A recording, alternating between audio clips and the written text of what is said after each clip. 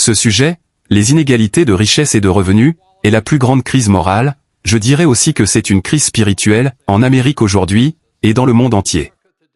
Cet écart entre les riches et les autres atteint des proportions critiques. Et je pense que l'une des plus grandes crises concerne les jeunes. Les jeunes chômeurs d'aujourd'hui deviennent les inemployables de demain. Ils perdent des emplois précieux, des compétences de formation.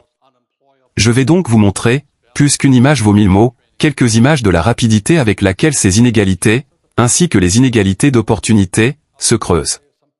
Ce qui se passe aujourd'hui en Amérique, c'est que les épargnants sont perdants. Vous savez, la plupart des parents disent que les enfants vont à l'école, économisent de l'argent et travaillent dur. Mais en 1970, lorsque j'ai obtenu mon diplôme, $1 million à 15% d'intérêt me rapportait $150 000 par an. À l'époque, on pouvait vivre avec $150 000 par an, mais en 2016, on fait ce qu'on appelle le champ quantitatif. J'appelle ça le putsch de Greenspan, c'est $1 million à moins 5 points de base. Il vous en coûtera $1 million pour économiser $1 million. C'est à ce point que nos systèmes financiers se sont détériorés, et c'est l'une des causes de l'écart entre les riches et les pauvres. Un autre problème est que de moins en moins de familles perçoivent des revenus de classe moyenne. Ils sont en baisse. Chaque fois que nous faisons nos courses chez Walmart, nous expédions des dollars et des emplois en Chine, au Pakistan et dans tous les autres pays. C'est ça le capitalisme. Une autre chose qui se produit lorsque les revenus des gens baissent, c'est qu'ils deviennent dépendants. Aujourd'hui, le gouvernement américain nous dit que la pauvreté a été vaincue en Amérique. Peut-être que la pauvreté a été vaincue, mais ce qui a augmenté, c'est la mentalité du « tout m'est dû ». C'est ça. L'attitude selon laquelle le gouvernement et les autres devraient s'occuper de moi. Comme je l'ai dit, c'est une crise morale autant qu'une crise spirituelle. J'ai appris à l'école du dimanche que « donnez et vous recevrez ». Et trop de gens pensent aujourd'hui qu'ils devraient recevoir.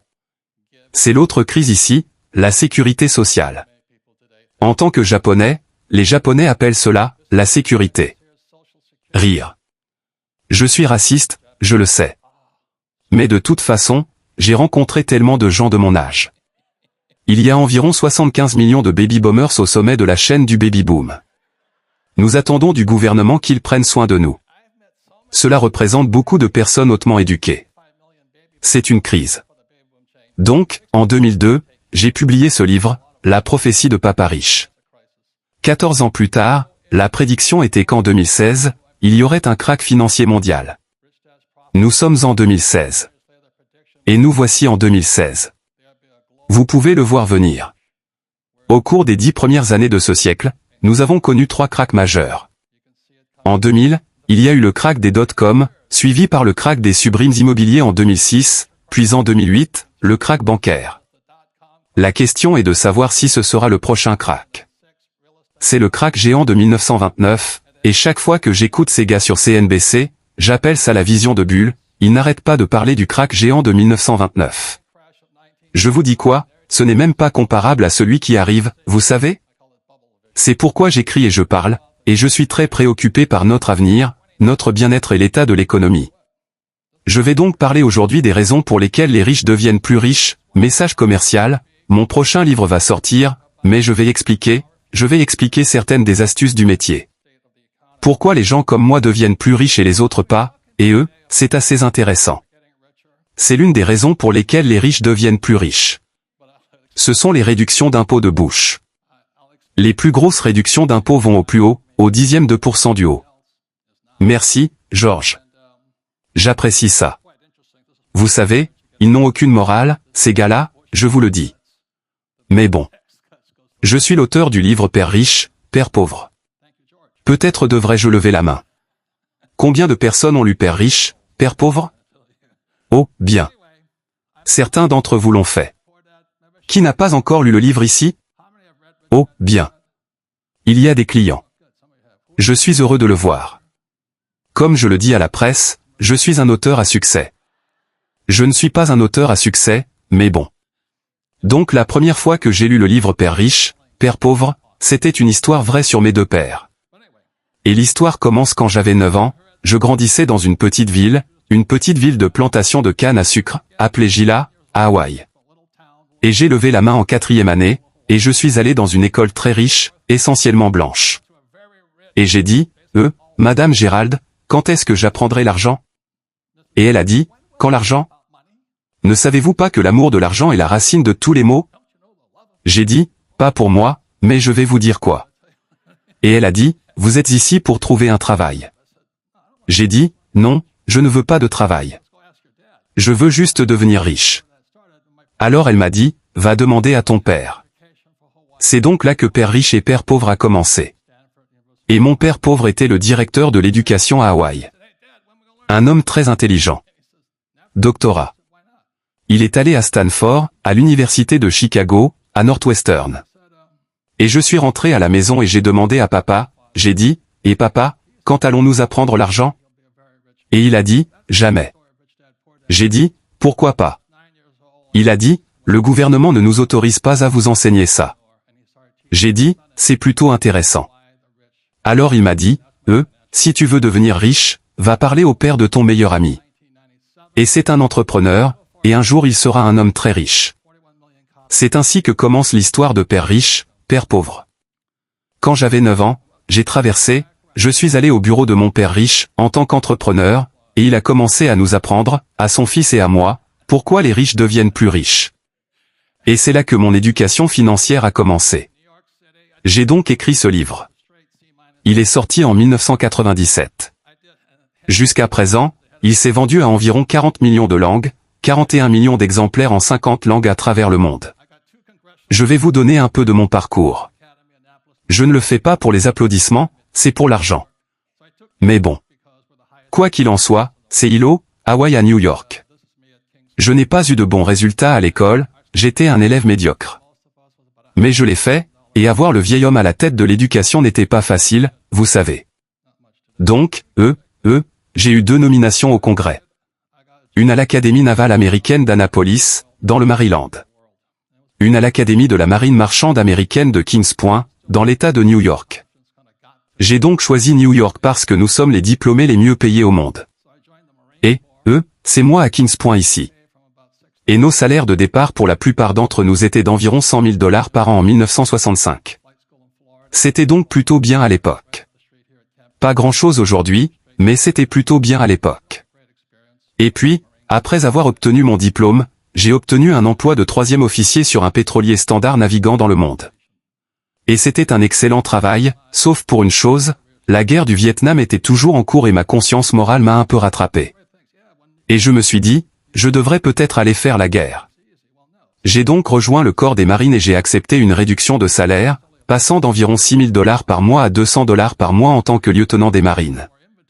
Et ce fut une excellente décision. J'ai suivi une école de pilotage en Floride, à Pensacola, et j'étais juste à côté, ici, à Camp Pendleton, et directement au Vietnam. Et ce fut vraiment une expérience formidable. J'ai adoré le corps des marines. J'ai adoré les gars avec qui j'ai travaillé. Et c'est une bande de frères. Une organisation très spirituelle. Et quand je suis revenu, c'est là que ma carrière dans les affaires a commencé. C'est ma première entreprise. L'entreprise de portefeuille de surfeur et tout ça. Et tout le monde pense, ouais, quand tu commences à réussir, la vie est facile. Eh bien, non. Le succès coûte cher. Vous savez, j'ai commencé à vendre ces portefeuilles ridicules, et tout d'un coup, ils ont décollé. Et j'ai passé plus de temps à lever des capitaux pour acheter plus de stock afin de pouvoir vendre plus. Mais ce fut une formidable expérience d'apprentissage. J'ai appris à gagner beaucoup d'argent en vendant des portefeuilles. Mais de toute façon, ma vie a changé quand j'ai rencontré cet homme ici, le docteur R. Buckminster Fuller. Dr. R. Buckminster Fuller. C'est pour cela que Fuller est connu. Il est considéré comme un futuriste et un génie sympathique. Il s'agit d'un dôme géodésique, qui se trouve à l'exposition universelle de Montréal en 1967. Donc en 1967, j'ai fait de l'autostop de New York jusqu'à Montréal pour aller voir le dôme, et ce fut une expérience époustouflante. Je n'aurais jamais pensé rencontrer un jour ce grand génie. Vous savez, John Denver l'appelle, le génie sympathique de la planète. Donc, en 1981, j'ai eu la chance d'étudier avec lui, à Kirkwood, en Californie, près du lac Tahoe, pendant 5 jours. Et j'ai fait l'erreur de m'asseoir à côté d'eux, eh bien, il s'est assis à côté de moi, en fait. Et c'était une visite, ça s'appelait le séminaire sur l'avenir des affaires. Et il s'est assis à côté de moi et m'a dit, « Robert, quel est le but de ta vie? Quelle est ta mission dans la vie ?» J'ai répondu, « Oh, devenir riche. » Mauvaise réponse. Il m'a réprimandé. Il a dit, « C'est un gaspillage d'esprit, tu sais. » C'est vrai, alors pourquoi ne fais-tu rien pour changer le monde? C'est pour changer le monde. Je veux juste devenir riche. Tu sais? Et finalement, j'ai compris. Comme il le dit, tu sais, je ne suis pas ici pour travailler pour moi. Je suis ici pour travailler pour tout le monde. Et ce fut un événement assez cathartique une fois que j'ai réalisé à quel point j'étais avide. Ensuite, j'ai étudié avec lui pendant 3 ans. Et à chaque fois, il posait la même question qu'il se posait à lui-même. Que puis-je faire? Je ne suis qu'un petit gars. Que puis-je faire? Je ne suis qu'un petit gars. Il était minuscule aussi. Alors je vous demande à tous, que pouvez-vous faire? Nous ne sommes que de petites personnes à bien des égards. J'ai donc étudié avec lui 3 fois, en 81, 82 et 83, puis il est décédé le 1er juillet 1983, et il a laissé ce livre derrière lui. Il s'appelle La rancune des géants. Cela signifie Gross Universal Cash Cite, GRUNCH. C'est la façon dont les ultra-riches nous arnaquent. Maintenant, Fuller est un génie sympathique. Il n'a jamais écrit de livre de finance ou d'économie. C'est un mathématicien, un scientifique, un artiste, un designer, il est architecte. J'ai lu Grunch of Giants et je l'ai compris parce que c'était exactement ce que mon père riche me disait. Les riches nous arnaquent. Alors à ce moment-là, je me suis dit, que puis-je faire? Je ne suis qu'un petit gars. Et j'ai décidé cette fois-ci de m'en prendre à Grunch. Et pour ceux d'entre vous qui se demandent qui est Grunch, vous avez peut-être remarqué que lors de ces cracks, nous avons été sauvés. Les riches ont été sauvés. Laissez-moi vous dire, mesdames et messieurs, Grunch est parti. Bernanke et le président Paulson se sont levés et ont dit que c'était une erreur. Nous devions sauver l'économie. C'est un mensonge. J'hésite à vous le dire. C'est un mensonge. Ils ont sauvé les riches. Cela fait partie de leur métier. Le business plan est en cours. Donc mesdames et messieurs, j'ai dit en 1983 que je devais faire quelque chose à ce sujet. Et ce que peut faire un petit gars, c'est s'attaquer aux plus grandes banques, à la Banque de réserve fédérale, qui n'est pas une banque, pas fédérale. Ok. Pas de réserve. Pas américaine. Vous voyez l'allusion? Et je pourrais m'attaquer à Wall Street, je pourrais m'attaquer au gouvernement, mais je pourrais aussi m'attaquer au système scolaire. Mesdames et messieurs, ces cracks, ces renflouements ne sont pas des accidents. Ce n'est pas non plus un accident s'il n'y a pas d'éducation financière à l'école. Ce que mes recherches ont révélé depuis 1983 est prémédité. Tout comme avant la guerre civile, il était illégal d'éduquer un esclave, nous n'avons pas le droit d'apprendre des choses sur l'argent à l'école. Et quand j'ai découvert cela, je me suis dit, ok, il est temps pour moi de continuer ma vie et de commencer à enseigner. Alors j'ai commencé, j'ai grandi, je suis arrivé en grand, comme mon père riche et mon père pauvre. J'ai commencé à enseigner et ce n'était pas très loin d'ici. Ma femme et moi étions sans abri à San Diego, vous savez, nous faisions de notre mieux pour enseigner parce que nous ne pouvions pas entrer dans le système scolaire et que personne ne voulait écouter. Donc, de toute façon, c'est comme ça que ça a commencé. Je vais donc vous dire ce qu'est vraiment l'éducation financière. Je commencerai par vous dire ce qu'elle n'est pas. L'éducation financière ne consiste pas à économiser de l'argent, à investir à long terme en bourse et à se désendetter. C'est en fait le contraire. Mon éducation financière a donc commencé par une partie de Monopoly. Vous savez, nous connaissons tous la formule, 4 cerfs, un hôtel rouge. Donc, quand j'avais 9 ans jusqu'à mes 20 ans, mon père riche, mon fils et moi jouions au Monopoly. Et c'est ainsi que j'ai appris à devenir riche. La raison pour laquelle cela fonctionne est que c'est le cône de l'apprentissage. Il a été créé par un homme appelé le professeur Edgar Dahl. Et en 1969, il a inventé le cône de l'apprentissage, et il a dit que c'est ainsi que les êtres humains sont conçus pour apprendre. Remarquez que la pire façon d'apprendre est de lire. Et la deuxième pire façon est de faire des cours, d'écouter des professeurs ennuyeux. C'est pourquoi je n'ai jamais été à l'école. Quoi qu'il en soit, ce n'est pas réel. J'y étais, mais bon. Et puis, ce que vous faites ici, c'est que vous regardez des images, un film. C'est pour ça que les conférences TED fonctionnent. Mais aussi, la deuxième meilleure façon s'appelle la simulation. La simulation, c'est quand vous faites des erreurs. Vous faites des erreurs après des erreurs, vous faites juste des erreurs. Vous voyez, les êtres humains apprennent en faisant des erreurs. Sauf qu'à l'école, vous faites des erreurs, vous êtes considéré comme stupide. Dans les affaires, vous faites une erreur, vous êtes renvoyé, et si vous faites une erreur dans les affaires, vous êtes un raté. Il faut donc trouver un endroit où faire des erreurs. Chez les scientifiques comme Edison, c'était un laboratoire. Donc, la raison pour laquelle j'ai beaucoup appris, c'est que j'ai fait des erreurs en jouant au Monopoly. C'est comme ça que j'ai appris tant de choses. Et aujourd'hui, je joue au Monopoly dans la vraie vie. Ma femme et moi avons plus de 10 000 unités, plusieurs hôtels, des terrains de golf et des puits de pétrole. Mais c'est le jeu. Vous savez, une fois que vous l'avez appris dans votre cerveau en jouant à des jeux, la simulation est la façon dont vous apprenez. Alors vous pratiquez, pratiquez, pratiquez, pratiquez, pratiquez. Vous faites erreur après erreur après erreur. Comme un golfeur qui fait erreur après erreur après erreur. Puis il devient professionnel. Mais la raison pour laquelle beaucoup de gens ne sont pas riches, c'est qu'ils pensent que les erreurs vous rendent stupide. C'est criminel. Un bébé ne peut pas apprendre à marcher à moins de tomber. On ne peut pas apprendre à faire du vélo tant qu'on n'est pas tombé du vélo. C'est là que notre système scolaire nous laisse tomber. J'aime l'armée parce qu'elle nous a appris à faire erreur après erreur après erreur. Chaque jour où nous volions, nous nous exercions aux procédures d'urgence. Et chaque jour, je coupais mon moteur pour piloter mon avion sans moteur. Et là, c'est moi qui fais la vraie chose. Je suis tombé 3 fois au Vietnam. Et si je ne m'étais pas entraîné à m'écraser, je ne serais pas ici aujourd'hui. Tous les 5 membres de mon équipage sont rentrés vivants. Donc, ce que j'ai fait, c'est qu'après que Bucky m'a engueulé, il m'a dit, « Qu'est-ce que je peux faire ?» Maintenant, elle possède sa propre entreprise. En plus de mon histoire, j'aimerais en avoir beaucoup plus. Et si tous racontaient leur histoire, devinez comment ils finiraient probablement leur histoire. Ils diraient probablement comme moi. Pourquoi pas? Toi, si nous savons lire, tu sais lire. Si nous pouvons changer, vous pouvez changer. Si nous pouvons le comprendre, vous pouvez le comprendre. Si nous pouvons changer les choses, vous pouvez le faire. Il n'y a rien que vous ne puissiez accomplir. C'est ce que diraient ces témoignages. Et donc je veux vous le dire personnellement.